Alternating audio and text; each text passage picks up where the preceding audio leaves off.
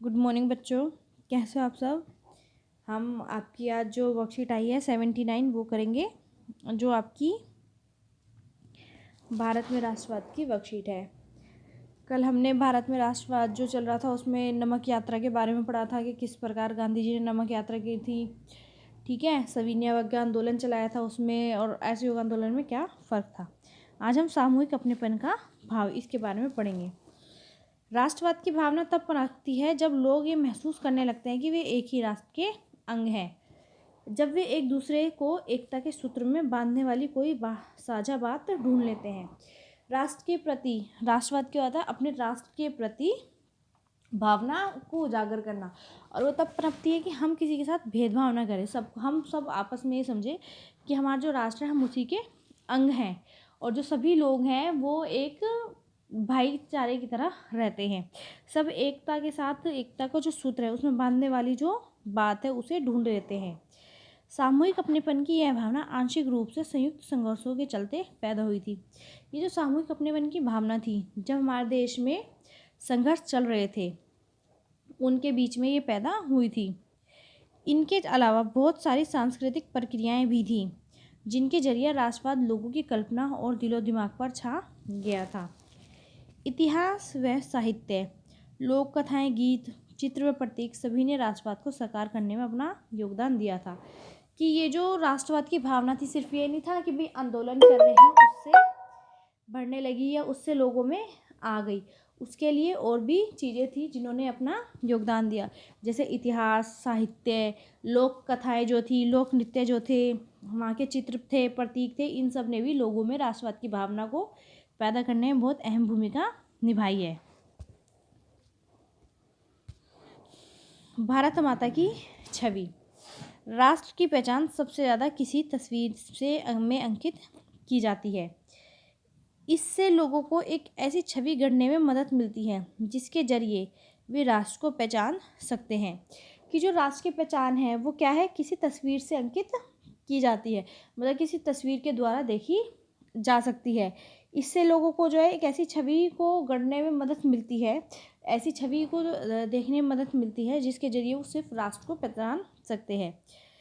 20वीं सदी में राष्ट्रवाद के विकास के साथ साथ भारत की पहचान भी भारत माता की छवि का रूप लेने लगी थी। कि जैसे जैसे राष्ट्रवाद का विकास हो रहा था उसके साथ साथ ही जो भारत की पहचान है वो भी भारत माता की छवि का रूप लेने लगी थी। यह तस्वीर सबसे पहली बार बंकिम चंद्र चट्टोपाध्याय ने बनाई थी।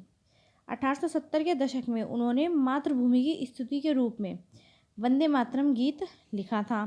मातृभूमि से अपने हमारी जो मातृभूमि है, माता की जो भूमि है, उसकी स्तुति करते हुए, उसकी पूजा करते हुए, उसका गुणगान करते हुए वंदे मातरम गीत लिखा था। बाद में इसे उन्होंने अपने उपन्यास आनंद मठ में शामिल कर लिया। जो बंकिम चंद्र चट्टोपाध्याय है उनका जो उपन्यास है आनंद मठ, उसमें इसको शामिल किया गया था। यह गीत बंगाल में स्वदेशी आंदोलन में खूब गाया गया था।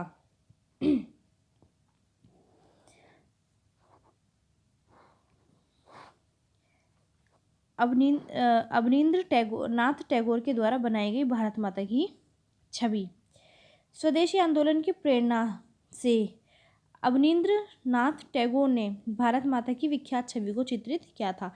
अविंद्रनाथ जो टैगोर थे उन्होंने भी एक भारत माता की छवि को चित्रित किया था।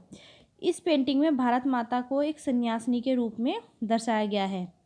यह शांत है, गंभीर है, दैवी और आध्यात्मिक गुणों से युक्त दिखाई गई थी।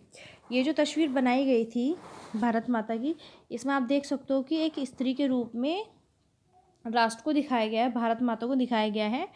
ये सन्यासी का चोला पहने हुए हैं। जिस तरह जो सन्यासी होते हैं वो अपना मोह माया सब त्याग देते हैं, शांत रहते हैं, गंभीर रहते हैं, उनके अंदर जो गुण होते हैं, आध्यात्मिक गुण, देवीय गुण, वो सबसे भरपूर इसको दिखाया गया है। आगे चलकर जब इस छवि को बड़े पैमाने पर तस्वीरों में उतारा जाने लगा और विभिन्न कलाकार यह तस्वीर बनाने लगे तो भारत माता की जो छवि थी वो अलग अलग रूप ग्रहण करती चली गई। जैसे जैसे आगे इस छवि को बड़े पैमाने पर तस्वीरें बनाई जाने लगी इस छवि की, तो जो चित्रकार थे, कलाकार थे, वो अलग अलग तस्वीरें बनाने लगे, जिसमें क्या था, भारत माता की जो छवि थी वो विविध रूप लेती गई। इस मात्र छवि के प्रति श्रद्धा को राष्ट्रवाद में आस्था का प्रतीक माना जाने लगा। कि ये जो छवि बनाई गई थी, इसमें अपनी श्रद्धा को, इसके प्रति जो श्रद्धा थी उसको राष्ट्रवाद का प्रतीक माना जाने लगा। भारत माता की यह छवि अवनींद्रनाथ टैगोर द्वारा चित्रित छवि से बिल्कुल विपरीत है। यहाँ भारत माता के हाथों में त्रिशूल दिखाया गया है, वह हाथी व शेर के बीच खड़ी है। ये दोनों ही शक्ति और सत्ता का प्रतीक है।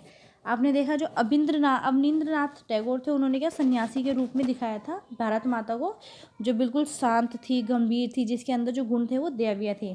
परंतु आप इस तस्वीर में देख सकते हो, यहाँ पे भारत माता को हाथ में त्रिशूल लिए हुए दिखाया गया है, जो हाथी और शेर के बिल्कुल बीचों बीच खड़ी है। इससे क्या है कि वो शक्ति और सत्ता दोनों का प्रतीक माना जाती है। प्रश्न उत्तर पर आते हैं। भारत माता की छवि के प्रति श्रद्धा को राष्ट्रवाद का आस्था का प्रतीक कैसे माना जाने लगा?